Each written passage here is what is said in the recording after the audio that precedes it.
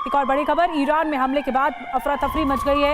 Israeli मिसाइलों के हमले से तेहरान में बहुत ज़्यादा तबाही मची है। तेहरान के हाईवे पर भी हमले का असर देखने को मिला है। ये देखिए, गाड़ियाँ पलट गई हैं। हमला इतना भीषण था कि गाड़ी पलटी हुई दिख रही है और ये देखिए धुएं का गुबार देखिए। हाईवे पर भी हमले का असर देखने को मिला है। हाईवे से जो गाड़ियां जा रही थी, आसपास जो बिजली संयंत्र जिसे निशाना बनाया गया, वहां पर भी बताया जा रहा है कि गाड़ियों को नुकसान पहुंचा है। कुछ तस्वीरें सामने आई हैं गाड़ियों को नुकसान पहुंचने की, जहां पर अटैक हुआ है। इंटेंसिटी इस अटैक की इतनी ज्यादा थी कि एक गाड़ी पलटी हुई दिख रही है।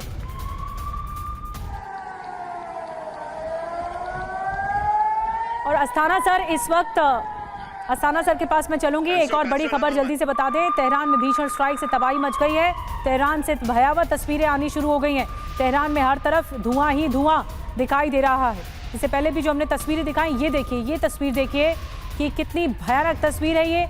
एक साथ कई जगहों पर धुएं का एक बड़ा गुबार देखने को मिल रहा है। यानी इंटेंसिटी जो एयर स्ट्राइक की थी बहुत ज्यादा थी, कई जगहों पर नुकसान हुआ है।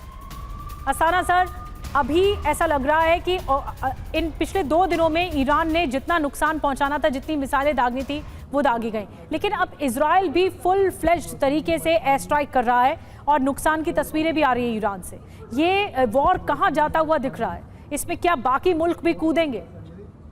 देखिए, इजराइल और ईरान दोनों ही एक अपना वर्चस्व बचाने के लिए ज़्यादा से ज़्यादा एक दूसरे को नुकसान पहुंचाने की कोशिश कर रहे हैं।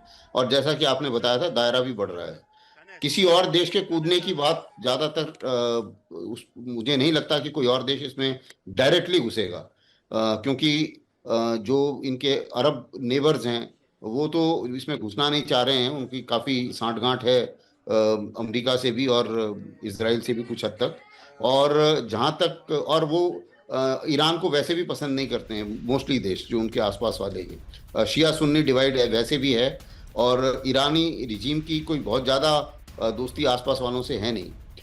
जहाँ तक अमेरिका और जहाँ तक चीन और रूस का सवाल है, रूस अपने ही उनकी अपनी वॉर चल रही है तो डायरेक्टली घुसना नहीं चाहेगा। साथ ही साथ कई रशियन ज्यूज भी रहते हैं इजराइल में, तो वो भी एक फैक्टर है कि रशिया भी जो है वो एकदम ईरान की तरफ नहीं आएगा। दूसरी चीज़ ये है कि हालांकि उनका समझौते कई हुए हैं और ईरान ने उनकी मदद की है शाहिद ड्रोन से, तो उस हालत में ऐसी स्थिति बन सकती है कि शायद वो कुछ साजो सामान से शायद मदद करे। जहाँ तक चीन का सवाल है, चीन की जो प्लानिंग है वो बड़ी ज़बरदस्त है। चीन अपना पैसा बर्बाद नहीं करना चाहता, वो एक व्यापारिक देश है।